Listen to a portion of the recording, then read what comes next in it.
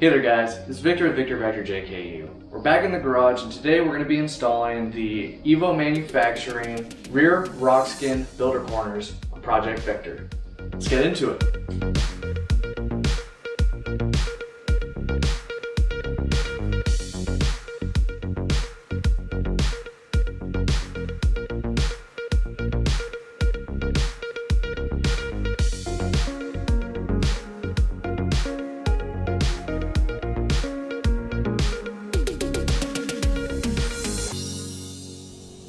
Alright guys, so rear corner armor has been an item on my list for a little while now. The past couple of trips that I've gone out, I've come really close to doing some decent damage to the rear quarters, and I want to make sure that I'm protecting them before I get to a point of causing any serious damage where it's going to require a lot of body work to try to install a corner guard system. I was juggling between their builder corners and their regular corners. The regular corners basically will just end right here, whereas the builder corners carry all the way down and will delete the fender flare.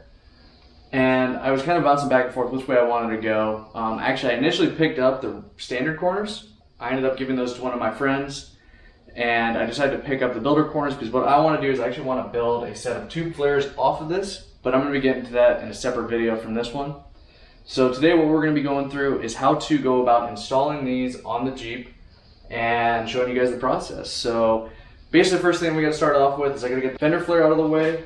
I'm going to take the rock rail off because it will wrap down below the rock rail a little bit here, so there could be an interference. I'm going to take that out of the way. I'm also going to be popping off the rear tail light, and I got to remove the gas cap filler and the molding around it. Alright guys, so if you got the factory Rubicon rock rails installed on your Jeep, basically what you're going to be doing is there's going to be 3 13mm bolts that are attached to the bottom of the body that you got to take off, as well as 6 10mm nuts with a captured washer. That's what's going to be holding on, and then once you got that, you can go ahead and pull this guy off. And then now my favorite part to do for the fender flare. Now I'm not running the ender fender liner. If you are running that, then there's a couple of other additional fasteners that you got to pull off, but I'm not, so all I have to do is just pull this guy basically right on off.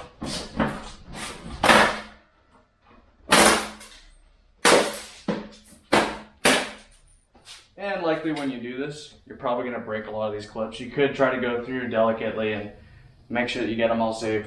Now the next thing we're going to do is we're going to work on removing the gas filler cap and the bezel around it. First what we got to do is pull off the taillights. Alright, so what we got to do to remove the taillight housing is just take off these 2 screws most inboard. So we're going to go and screw these guys off. And the headlight housing will just come unseated. And we're going to go and unplug this guy. Alright, next what we'll do is we're going to go ahead and remove the gas cap, and we can just go ahead and pull this guy right off. He just pops right inside, so we're going to move him out of the way. Alright, so now for the next part, there are going to be 4 tabs located on the back side of the bezel that have to be depressed. As long as you get 2 of them, you can kind of just start working it out and it should slide out from there. So what I'm going to be doing is just holding the light and working from inside to get these tabs disengaged. The trim bezel is able to pop out. And so I got the 2 sides. And then we can just continue working it out around the other 2, and what we'll do is just sort of slide this guy right off of the gas fill neck, just like so. So you can see here, so in the orientation inside the Jeep like that, you have a tab here, here, here, and here.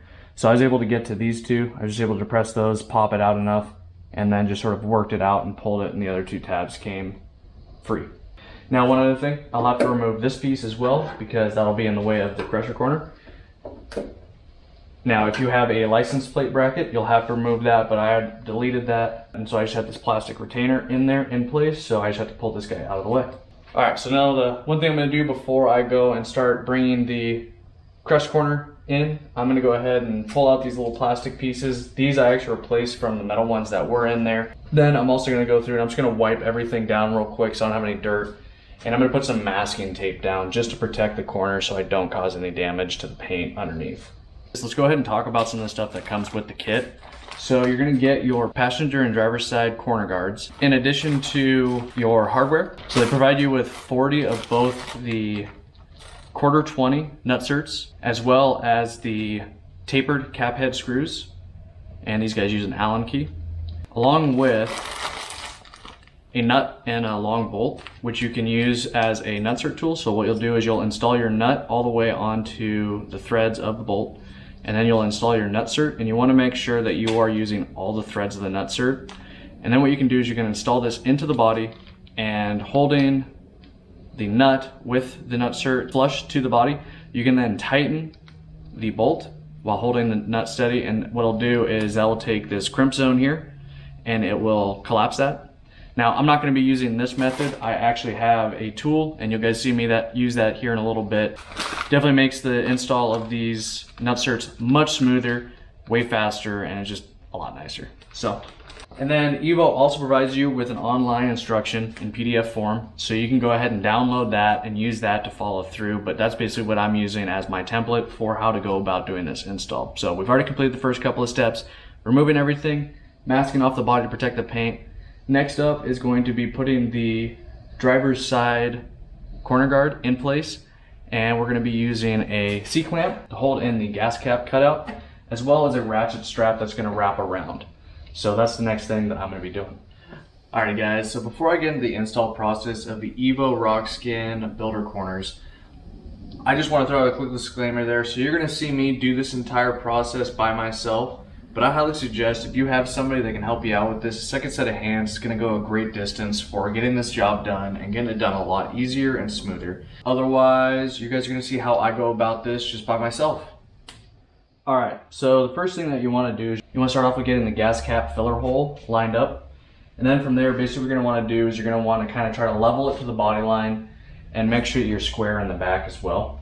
So what I did first was I kind of got up into place. I had my ratchet straps set up where I like them, and I haven't tightened them down yet because I still need to make it move a little bit, but I have this guy pretty well lined up now. So I'm going to go ahead and start adjusting him, and I'm going to start tightening my ratchet straps.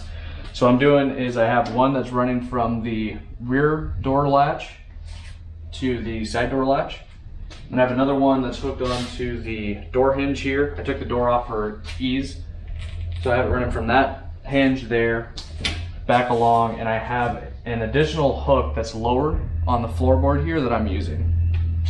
So what I'm gonna do is I'm gonna go and tighten these guys in and position it as I go. And then I also have a 3/4 inch square tube back here as well, just to give me the bumper spacing between the bumper and this plate to try to get this bottom edge here lined up flush. Alright, so I just went through and I checked the gaps basically everywhere. Everything looks good. I have good clearance around the door. It's pretty well straight and level across the body line on the top all the way back. And then I also have a nice even gap along the inner body line here as well. So I think I'm pretty good with where it is sitting. Now, the only space that I have a little bit of a gap still is basically right back here. I don't think that's going to be a big issue. I think that'll suck in a little bit, but I'll need to be cautious with marking and drilling these 3 holes until I know that these guys are all set up well and it's pulled in tight, because if I put these guys in, ends up that this pulls in a little bit more and I already have these guys pre-drilled, then I could have issues with getting these guys to line up afterwards. Alright, so one thing that's a little bit different with the passenger side from the driver's side is you don't have the gas filler hole to line up with. So this one here, you're really just kind of trying to balance out all your gaps and make sure your body lines line up. So I have a good match along the top edge here to the body line. I also have a good even gap all the way down along the door jamb. And then along the bottom edge here, all the way around is nice and even, along with where it wraps around the hinges as well. So basically, I'm lined up exactly where I want to be, and everything's actually hugging pretty tight to the body. So what I'm going to do this time around is I'm just going to go ahead and punch all the holes and drill them all in one shot, and then go ahead and install it afterwards. I'm not going to worry about doing just the one side and then hitting the back, because I think this is exactly where I'm going to have it land every single time. So this one should go a little bit smoother, so I'm going to go ahead and get to punching and drilling. I'm going to go ahead and mark and punch each one of these holes along with the one down here. Take the panel off, drill it, install the nutserts, and then I'm going to come back with this guy screwed on. I'm then going to go ahead and double check these 3 here, make sure everything's lined up right, drill and punch those guys, and then install those. Alright guys, so what I'm going to be using is this Pittsburgh transfer punch set, and I'm going to be using the 5/16 inch transfer punch, which is this guy. So what's cool about these transfer punches is instead of just being a normal punch, what they actually have is the diameter of the hole. So if you have a pre-drilled hole such as this, I'm going to put it in backwards, you can line it up, and when you put it in, it will actually line up your center hole with the hole that's pre-drilled. So that means that you know that you're getting the hole placed perfectly centered based on that hole, versus you taking a smaller punch and trying to estimate, am I center? These things are cool, not very expensive, Harbor Freight. Again, there's another tool I'll drop in the video description below. So again, this is a 5/16 that I'm using. That's what these guys are drilled out to. So I'm just going to go ahead and start with this hole and work my way back. And then I'm also going to grab the one up front.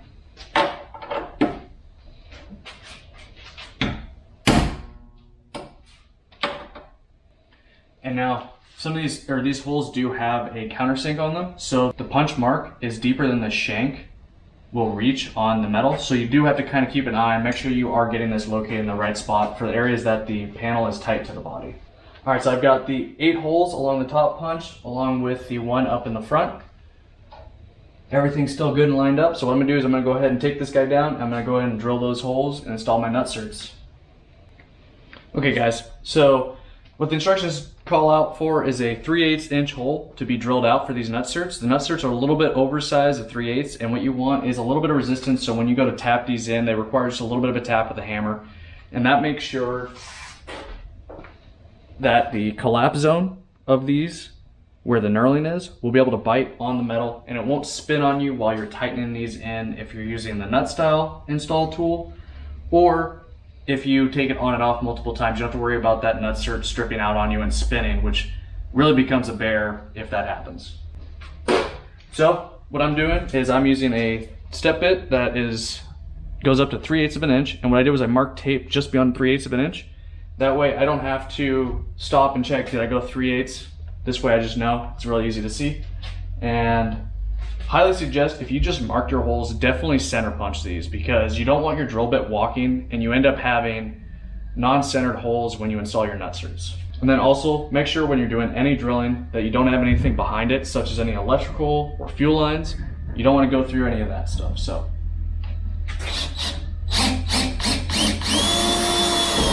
alright, so one last thing I like to do is, if I had a deburr tool, I'd actually go through here and deburr all of these so that I don't have any burrs on the backside that could potentially interfere with the nutsert. But I don't, so what I use is one of these like little paint tools, or it's like a tiny little pry bar.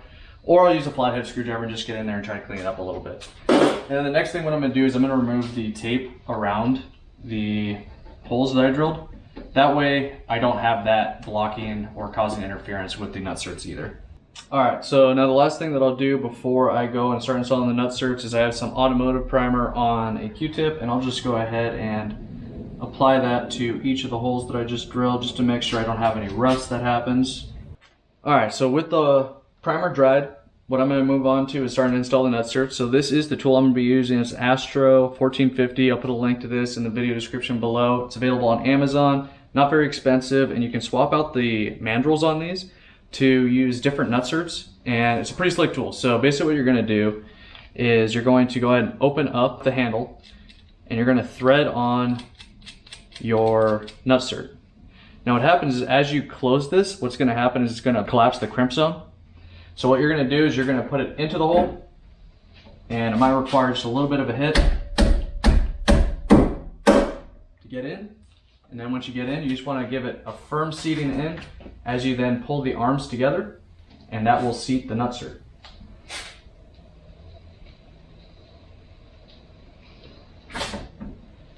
And then once you've accomplished that, go and open the arms back up, unthread it by hand. So we'll just go ahead and repeat that for the other 8. Alright, so I just finished installing the 9 nutserts, the 8 along the top and the one up in the front below the door. So what I'm going to do next is grab 9 fasteners, and since these guys are stainless steel, what I'm going to do is I'm going to put a little bit of anti-seize on these, just to keep it so I don't gall up the threads, because I'm going to be taking it on and off a couple of times. Alright, let's go ahead and bring the corner armor back in. And I'm just going to start one fastener lightly, and I'm going to go ahead and get them all kind of started, and then I'll go ahead and tighten them in a little bit once I get them all got in. Alright, so that gets this guy all in. I now have much less gap up here, which is exactly what I was expecting. And everything still lines up well. The body line matches well along the side. The door jamb is open.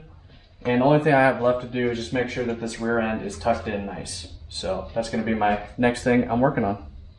Alright, so with the camera angled more in the back now, you can see how top edge here is a little bit low and it slants away from the body line here.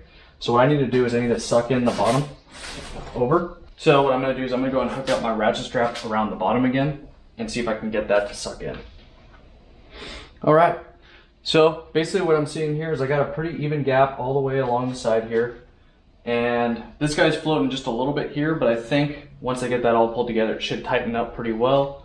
So I'm going to go ahead and mark these 3 holes and go ahead and install my nutserts. Alright, so that wraps up the first step of installing all the nutserts and getting the corner armor installed.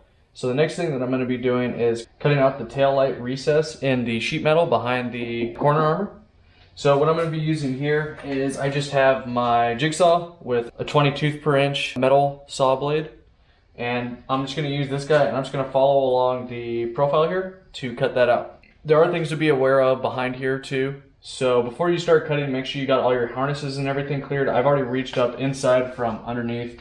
I pulled all my harnesses back, so I have plenty of distance for the saw blade. That's going to be just reciprocating back and forth, so I don't have to worry about it. And that is going to finish off what needs to happen for cutting out that hole. So after cutting out the hole, I grabbed my new brake light and I attempted to install it, and I realized that the way that the grommet is for the flush mount stuff, I need to actually have the material that's behind the 3/16 inch armor has to be cut away, otherwise it does interfere and it won't seat quite right. So I will have to take this off and recess that more to be able to allow for the light to be inset properly into this panel. So time to take this guy back off. Alright, so basically what I'm probably going to end up doing is I'll just go around a circle and cut out a little bit more around this edge. Alright. That hole should be sufficient now to be able to install the taillight and not have any issues, so we should be good. So I now have plenty of space here to be able to install my recessed 4-inch round taillight. Alright, so this time what I ran into is there's a reinforcement plate that's right back here that I'm interfering with. So what I'm going to have to do is I'll take this off, I'll figure out how I'm going to cut this, and I also have to oversize the hole a little bit larger again, just like I did with the driver's side. So this is the structure that was behind the sheet metal that I was explaining that I was running into. So what I ended up doing is I just used my angle grinder with a cutoff wheel, and I just did a straight cut down, straight cut across, and then an angle cut up. And then I just took my jigsaw and finished off extending out about 1/4 of an inch further in perimeter around where the light would be. And I think this should work out just perfect. Alright guys, so that wraps up the install for the Evo rear rock skin builder corner guards on my JKU. So the only thing that remains left to be done is reinstalling the fuel filler bezel, along with installing the 4-inch round taillight along with the wiring. But I'm going to be doing this after I finish all the fabrication that I plan on doing on these builder corners. So you guys will have to check that out in a subsequent video. So I hope you guys got some good value out of this video. You definitely saw this is a pretty tricky install. It's definitely not a straightforward, easy one. It's not like a simple bolt-on system. It does require a lot of maneuvering and fixturing, kind of putting it in its place and getting it as close as you can, but it is possible to be done. You saw me do it, so hopefully that gives you guys some good feedback on if this is something you want to pursue, or even if you want to have a couple of buddies help you, or send it to a shop to have it done. So if you guys enjoyed today's video, please give it a like. If you have any questions, comments, or other feedback, please drop those in the comments down below. And if you aren't already, please subscribe to my channel, sign up for notifications, that way you know when the next video of mine is dropping. And otherwise, we are VictorVectorJKU. We are taking on this build and the trails, both direction and magnitude. Alright guys, have a good one. Catch you next time.